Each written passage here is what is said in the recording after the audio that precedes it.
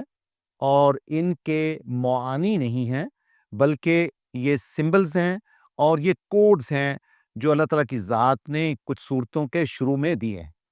اور ایک ویو اس پہ یہ ہے مفسرین کا کہ جو صورت کا جو سبجیکٹ ہوتا ہے، جو مضمون ہوتا ہے، اس کا تعلق ان کوڈز کے ساتھ ہے۔ جیسے کہ الف لام میم ہے تو اس کے اندر جتنا بھی مضمون ہوگا اس کا تعلق اس الف لام میم کے ساتھ ہے۔ اور کچھ مفسرین کا خیال ہے کہ اس میں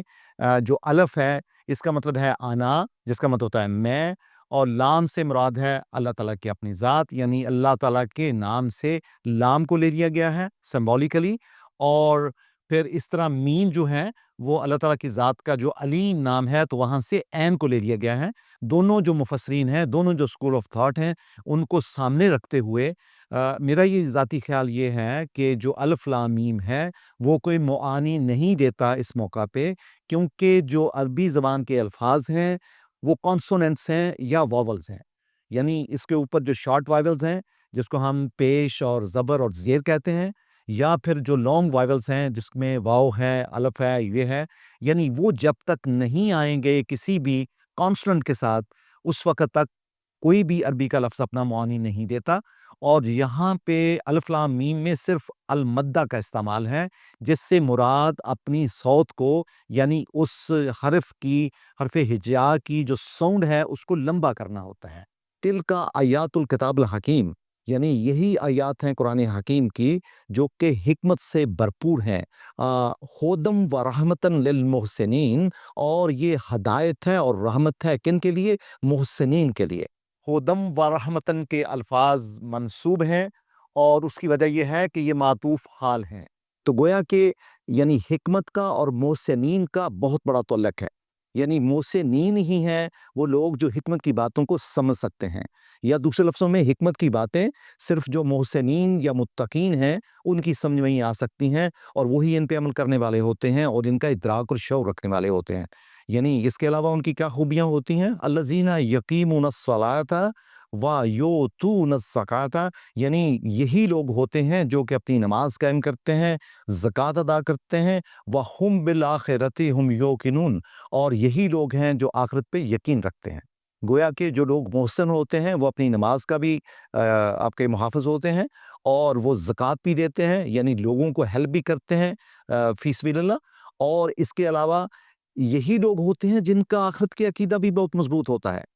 تو دوسرے لفظوں میں ہم یہ کہہ سکتے ہیں کہ جن لوگوں کا عقیدہ مضبوط نہیں ہوتا وہ اپنی نماز اور اپنی زکوٰۃ کے محافظ نہیں ہوتے۔ اس میں اللہ زینہ جو ریلیٹو پروناؤن ہے، اور ہم دیکھ سکتے ہیں ناظرین کہ اس میں اللہ زینہ یقیم الصلاۃ ویؤتوا الزکاۃ ایک جملہ ہوا، اس کے بعد اللہ زینہ وہم بالآخرۃ اللہ زینہ ہم یوقنون، گویا کہ ریلیٹو پروناؤن کا استعمال ہے، اور ریلیٹو پروناؤن پہ اسٹریس کی وجہ سے ہم کا استعمال دو دفعہ ہوا ہے۔ یہاں پہ ہم کا استعمال بنیادی طور پہ گرامیٹیکلی حصر کا معنی پیدا کرتا ہے، یعنی زور دینے کے لیے، اسرٹ کرنے کے لیے اس کا استعمال یہاں آیا۔ اولئک علی ھدی من ربہم واولئک ھم المفلحون، تو گویا کہ یہی لوگ ہیں جو کہ ہدایت پر ہیں اپنے رب کی طرف سے، اور یہی لوگ ہیں جو کہ فلاح پانے والے ہیں۔ اولئک کے بعد تمام الفاظ مجرور ہیں، تو ناظرین ہم دیکھ سکتے ہیں کہ اس کی وجہ یہ ہے کہ اولئک مبتدا مرفوع ہے، اس میں اشارہ ہوا، اور جو علی ہے اور جو من ہے وہ حروف جر ہیں، اور ان کی وجہ سے تمام الفاظ جو ہیں اس میں مجرور ہیں، جبکہ دوسرے حصے میں وہ مرفوع ہیں، کیونکہ مبتدا، ضمیر اور خبر سارے مرفوع ہوتے ہیں۔ گویا کہ اس آیت میں محسنین کی جو صفات ہیں وہ بیان کی گئی ہیں، یعنی وہ نماز پڑھتے ہیں، زکوٰۃ دیتے ہیں، پھر آخرت پہ یقین رکھتے ہیں اور راہ مستقیم پہ ہوتے ہیں، اور وَمِنَ النَّاسِ مَن يَشْتَرِي لَهْوَ الْحَدِيثِ، یعنی لوگوں میں سے ایسے بھی لوگ ہیں جو اللہ تعالیٰ کی ہدایت کے ساتھ، گائیڈنس کے ساتھ خرافات کا کام کرتے ہیں، لے یضل عن سبیل اللہ،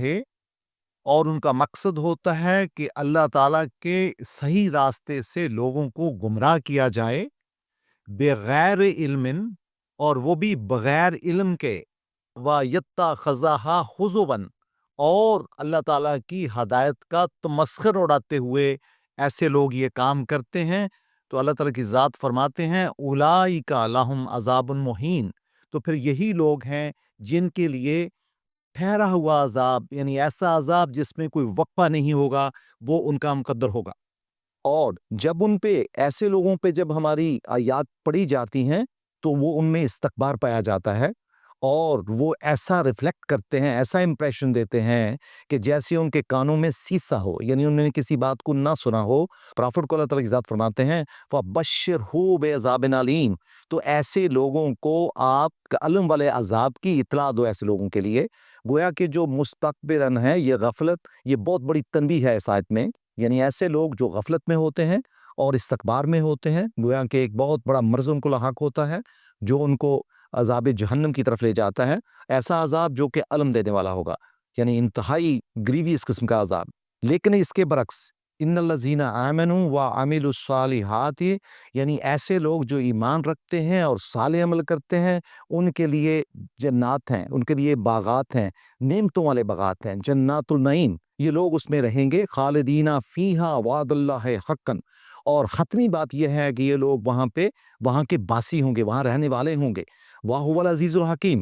اور اللہ تعالیٰ کی ذات جو کہ بڑی غالب ہے اور حکمت والی ہے، وہ اس بات کی گواہی دیتی ہے۔ تو گویا کہ یعنی تمسخر کرنے والوں کے برعکس مومن اور صالح لوگ ہوں گے جو بہت یعنی جنت نعیم کے، یعنی ایسے باغ جو نعمتوں سے بھرے ہوں گے، ان کے حقدار ہوں گے۔ اور یہاں پہ جو اللہ تعالیٰ کے ناموں کا ذکر ہے، یعنی صفات الہی سے استدلال کیا گیا ہے کہ وعدہ قیامت جو ہے اس کے اندر جو سزا اور جزا بتائی گئی ہے وہ حتمی ہوگی۔ ناظرین، اسی طرح جو پیراگراف نمبر 2 ہے اس میں بتایا گیا ہے کہ انکار جو ہے اللہ تعالیٰ کی ذات کا اور اللہ تعالیٰ کی وحدانیت کا، وہ ظلم عظیم ہے۔ اس میں 2 آیات ہیں، 10 سے لے کے 11 تک، اور قرآن حکیم کہتا ہے خلق السماوات بغیر عمد، یعنی کہ اللہ تعالیٰ کی ذات نے آسمانوں کو پیدا کیا بغیر کسی ستون کے، بغیر آمد کہتے ہیں ستون کو، خلقہ پیدا کیا جو کہ فعل ہے، السماوات اس میں جمع ہے اور آسمانوں کو کہا جاتا ہے، اور ترونہا یعنی کہ آپ دیکھتے ہیں، اشارہ کن کی طرف ہے؟ سماوات کی طرف۔ وَأَلْقَى فِي الْأَرْضِ رَوَاسِيَ، اور پھر اللہ تعالیٰ کی ذات نے زمین پر اونچے اونچے پہاڑوں کو فکس کیا،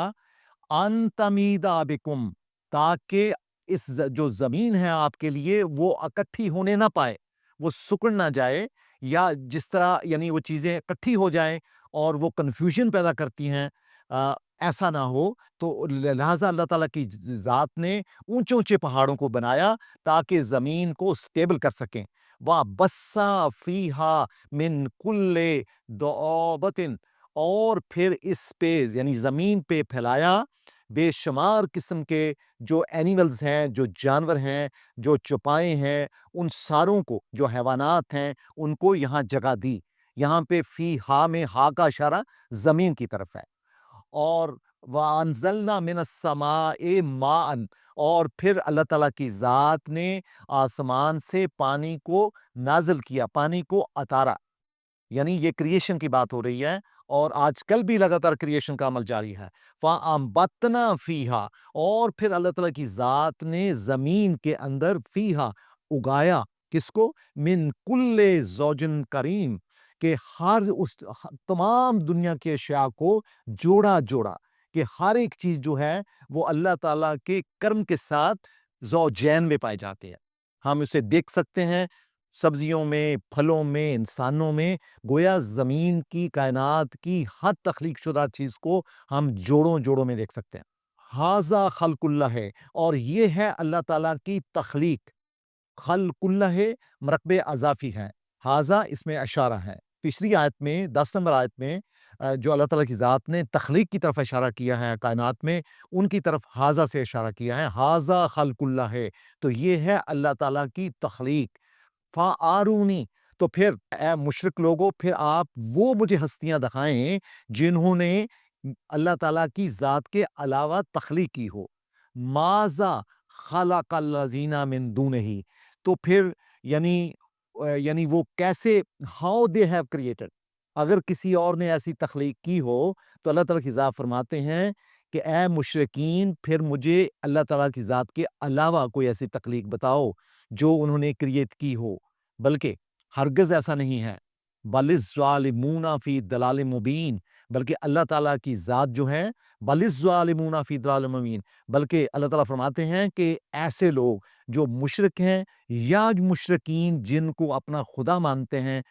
وہ ظالم لوگ ہیں، انجسٹ لوگ ہیں، وہ انصاف کے پیروکار نہیں ہیں، کیونکہ وہ حق کو حق نہیں کہتے اور باطل کو باطل نہیں کہتے، اور نہ ہی حق اور باطل کو جدا جدا سمجھتے ہیں، ان کا امتیاز کرتے ہیں. تو یہ ظالم لوگ ہیں اور بہت ہی بہکے ہوئے لوگ ہیں. یعنی ایسا بہکاوا اور ایسا مطلب ڈسٹریکشن جو بڑا واضح ہوتا ہے. ناظرین، جو تیسرا پیراگراف ہے اس میں توحید اور شکر کا ذکر پایا جاتا ہے، اور حضرت لقمان کی جو حکمت امیز باتیں تھیں ان کا تذکرہ پایا جاتا ہے. اور یہ آیت نمبر 12 سے آیت نمبر 19 تک جو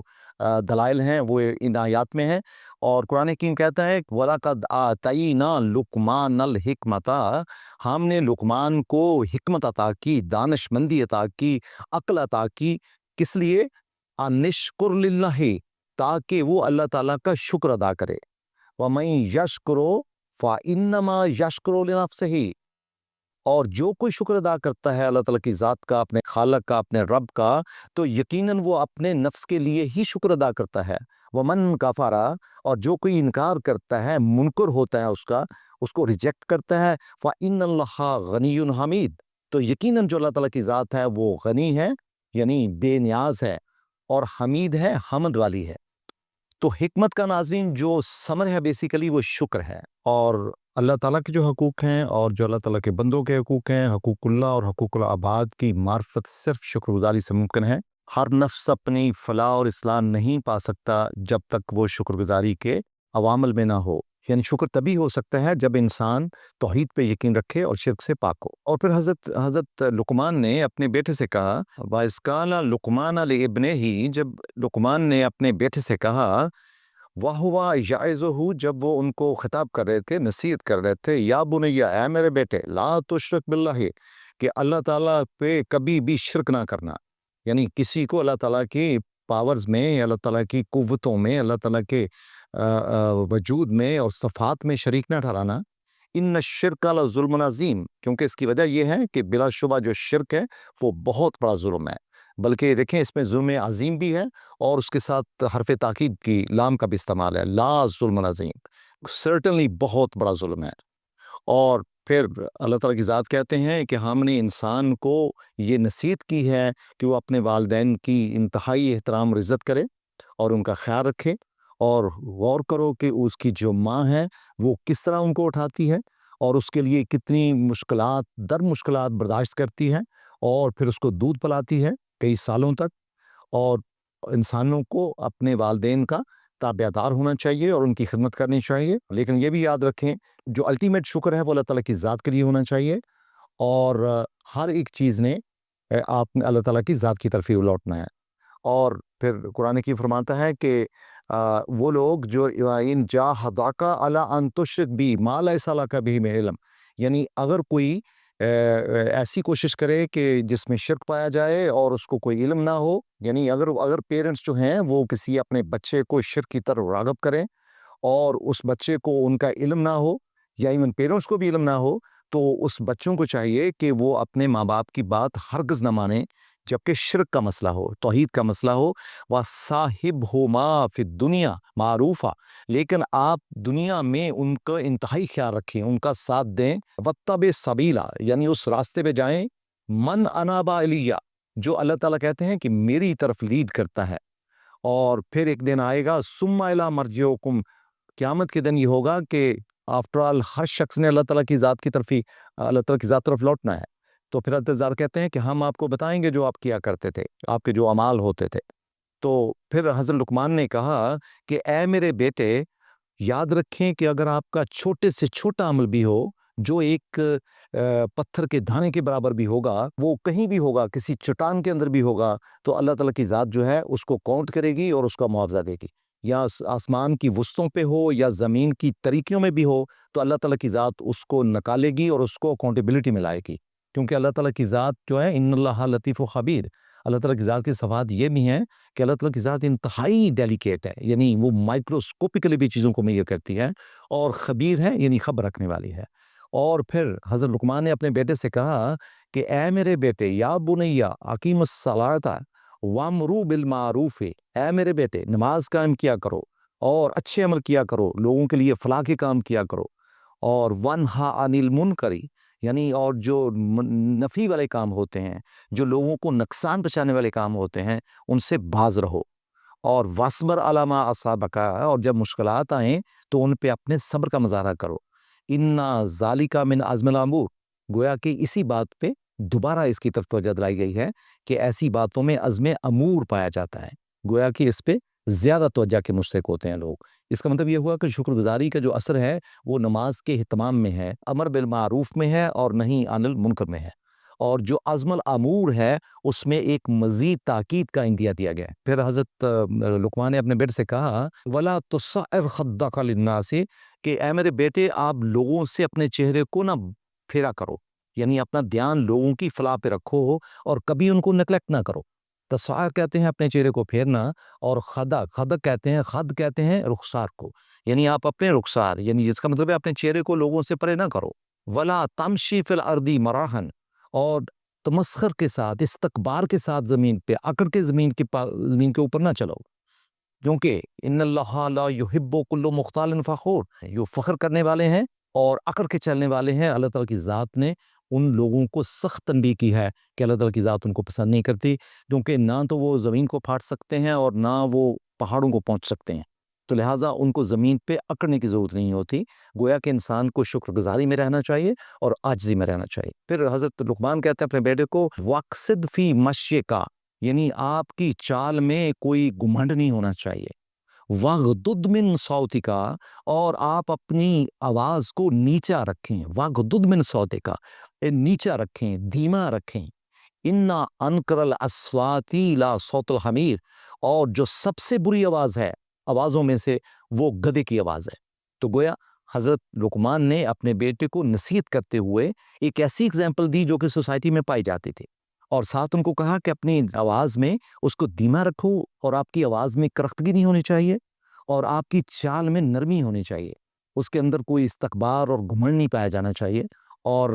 لصوت الحمیر جو ہے یہ کرخت اور سخت لہجے والی آواز کو کہتے ہیں، یعنی جو گدھے کی آواز ہوتی ہے وہ یقیناً بہت سخت ہوتی ہے۔ تو ناظرین، جو 4 نمبر پیراگراف ہے وہ رد شرک کے بارے میں ہے اور اثبات توحید کے حوالے سے ہے، اور اس میں آیت نمبر 20 سے آیت نمبر 28 تک ہے، یعنی انسانوں سے خطاب ہے کہ اے انسانوں، آپ غور نہیں کرتے کہ کیا اللہ تعالیٰ کی ذات نے جو کچھ آسمانوں میں ہے اور جو کچھ زمین میں ہے وہ آپ کی خدمت کے لیے لگا دیا ہے،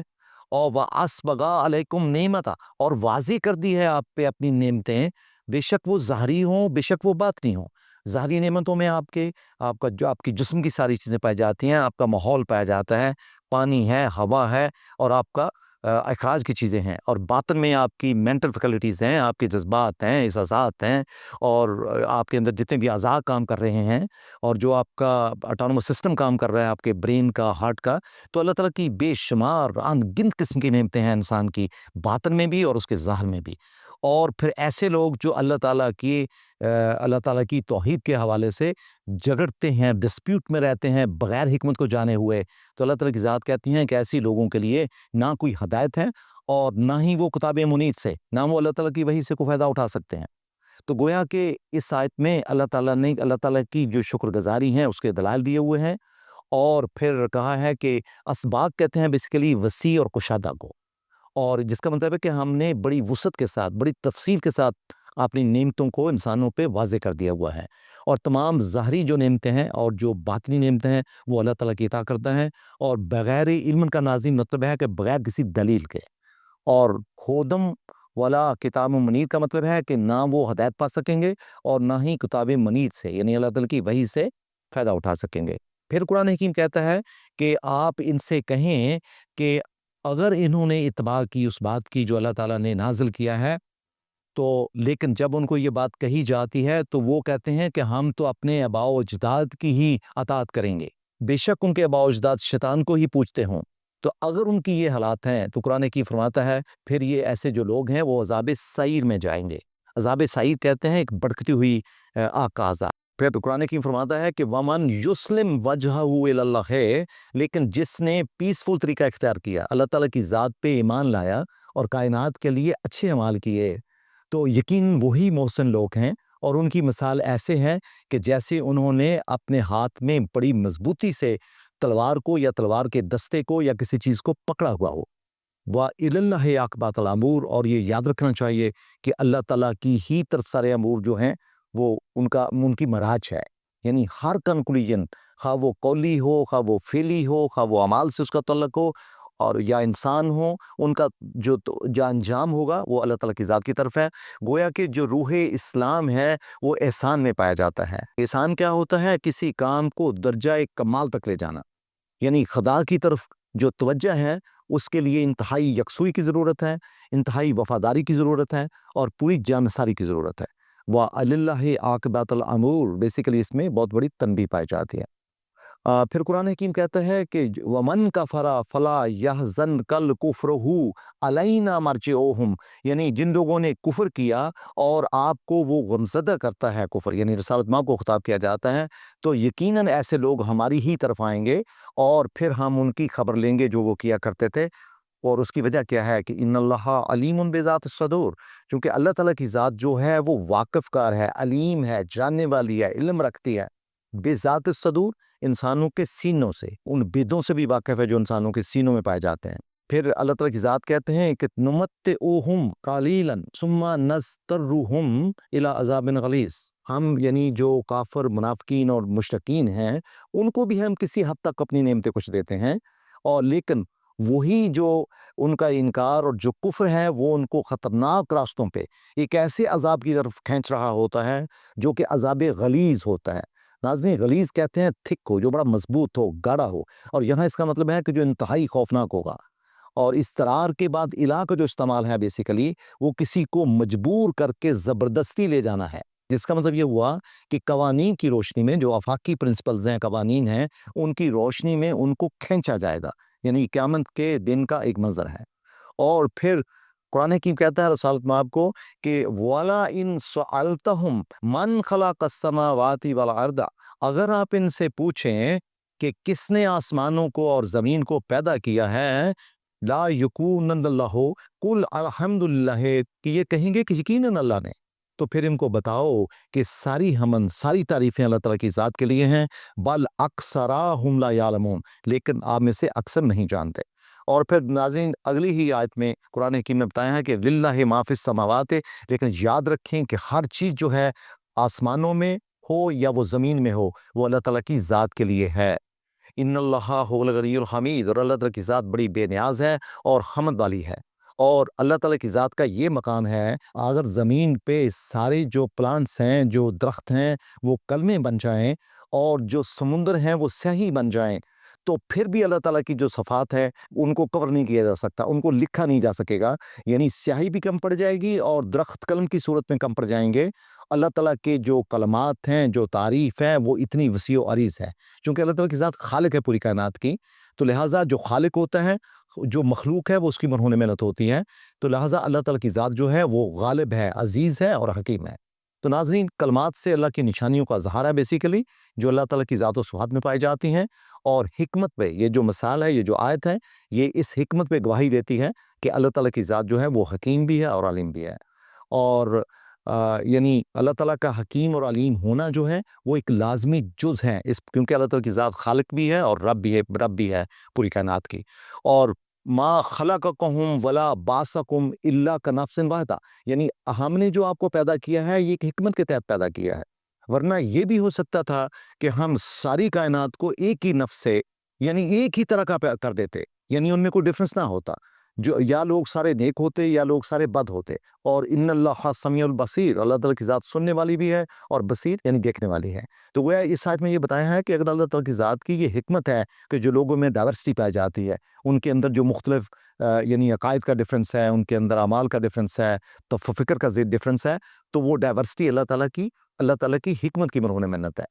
ناظرین 5 نمبر پیراگراف جو ہے وہ آیت نمبر 29 سے آیت نمبر 30 تک ہے، یعنی 2 آیتوں پہ محیط ہے، اور اس کا ٹائٹل ہے حقانیت توحید. پھر قرآن حکیم کہتا ہے کہ کیا آپ غور نہیں کرتے کہ اللہ تعالیٰ نے کس طریقے سے پیدا کیا ہے رات کو دن کے اوپر اور پھر دن کو رات کے اوپر، یعنی وہ ایک دوسرے کے ساتھ گھومتے ہیں. اور پھر اللہ تعالیٰ کی ذات نے تابع کر دیا ہے سورج کو بھی اور چاند کو بھی انسانیت کے لیے، کائنات کے اندر اس کو ان کا اس طرح کا نظام بنا دیا ہے کہ وہ ہمیں روشنی دیتے ہیں اور ہماری زندگی کے محرک بھی ہیں. یعنی ہم ان سے انرجی لیتے ہیں، اور اس زندگی کا جو وجود ہے وہ یقیناً یعنی اللہ تعالیٰ کے جو سیارے اور ستارے ہیں ان کی بدولت ہے. اور یہ سارے کے سارے ایک خاص مدت تک، طے شدہ مدت تک اللہ تعالیٰ کی ذات نے ان کو ہماری خدمت میں معمور کر دیا ہوا. وَأَنَّ اللَّهَ بِمَا تَعْمَلُونَ خبیر، اور یقیناً اللہ تعالیٰ کی ذات جو ہے وہ ہر ایک راز سے، ہر ایک بید سے اور ہر ایک مسٹری سے بخوبی واقف ہے،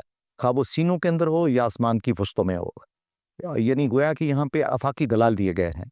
پھر اللہ تعالیٰ کی ذات کہتے ہیں اور یقیناً یہ جو دلائل ہیں یہ بالکل برحق ہیں. الحق کو بلا شبہ اللہ تعالیٰ کی ذات جو ہے وہ برحق ہے، اور جو کہ اللہ تعالیٰ کی ذات کے علاوہ باطل پکارتے ہیں تو یقیناً جو اللہ تعالیٰ کی ذات ہے وہ عالی ہے اور کبیر ہے. یعنی وہ علی کبیر ہے، یعنی بہت اعلیٰ مقام رکھتی ہے، اور بہت کبیر کبر سے ہے جس کا مطلب ہوتا ہے بہت بڑا ہونا، اور اکبر بھی اسی سے ہے. ناظرین جو آخری پیراگراف ہے وہ آیت نمبر 31 سے آیت نمبر 34 تک ہے. اس میں کائنات کا نظام پایا جاتا ہے اور اللہ تعالیٰ کی توحید کے شواہد پائے جاتے ہیں، یعنی عالم ترا. تو اللہ تعالیٰ کی ذات کہتے ہیں کہ کیا آپ نے اس کشتی پہ غور نہیں کیا جو سمندروں میں چلتی ہے؟ یعنی وہ اللہ تعالیٰ کی ایک بہت بڑی نعمت ہے، اور آپ اللہ تعالیٰ کی نشانیوں کو دیکھ سکتے ہیں. اور یقیناً ایسی ہی جو نشانیاں ہیں، ایسے ہی جو